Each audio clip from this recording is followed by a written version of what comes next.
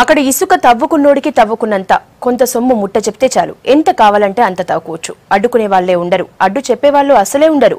ఆదిలాబాద్ జిల్లా tiger zone లో జరుగుతున్న ఇసుక అక్రమ దందాపై స్పెషల్ స్టోరీ.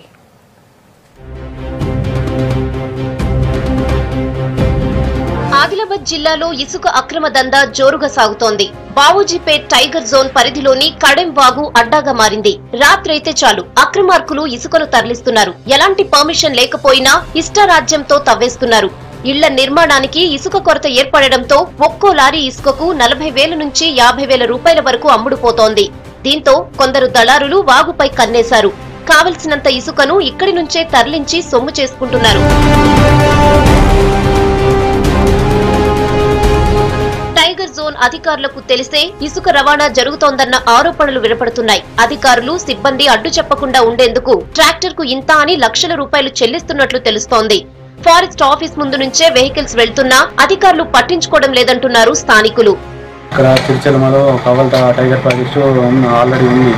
అయినా అక్కడ నుంచి ఎటువంటి పుట్టిన చెట్టు కాదు, అసలు ఏం తీయడానికి వీలుండదు. అయినా అక్కడ నుండి అక్రమంగా ఇసుక తరలిస్తున్నారు. డే అండ్ నైట్, ఇప్పుడు డే లేకుండా నైట్ ఇప్పుడు నడుస్తూనే ఉన్నాయి బండ్లు. అది కూడా అధికారులు కనీసం చూస్తున్నారు కానీ ఎవరు పట్టించుకుంటలేరు. మొత్తం 1 కిలోమీటర్ కంటే ఎక్కువ లోపల మొత్తం ఆ కడెం నది దగ్గర మొత్తం ఇసుక మొత్తం తరలిస్తున్నారు. అక్కడ బావూజీపేట నుండి ఆ కడెం నుంచి మొత్తం ఇచ్చోడకు వస్తుంది.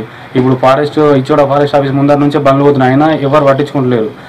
అధికారులు ముందే మామూలు తీసుకొని ఇవన్నీ చూసినట్టు వదిలేస్తున్నారు. ఇక్కడ బావూజీగూడ సిరిచెర్మ ఫారెస్ట్ ఏరియాలో టైగర్ జోన్కి సంబంధించిన ప్రాంతం ఉంది. కానీ ఆ ప్రాంతం నుండి అక్రమంగా ఇసుక రవాణా రోజు తరలించడం జరుగుతుంది. దీని గురించి ఏ అధికారి స్పందించడం లేదు. రాను రాను అడవి కూడా నాశనం అయ్యే ప్రమాదం ఉంది.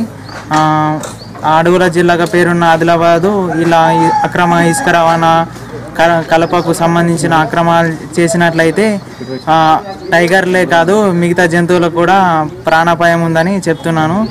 రోజుకు దాదాపు 40 ట్రాక్టర్లకు పైగా ఇసుక తరలుతోంది. దీంతో కిలోమీటర్ వరకు వాగు గుంతలుగా ఏర్పడింది. అక్రమంగా ఇసుక తరలించడమే కాదు, ఇసుక దిబ్బలను కూడా పెట్టుకున్నారు. ఇసుక రవాణాపై అధికారులను ప్రశ్నిస్తే తమ దృష్టికి రాలేదంటూ తప్పించుకుంటున్నారు. ఇసుక తవ్వకాలు ఇలాగే కంటిన్యూ అయితే జంతువులకు రక్షణ లేకుండా పోతుందని స్థానికులు ఆవేదన వ్యక్తం చేస్తున్నారు.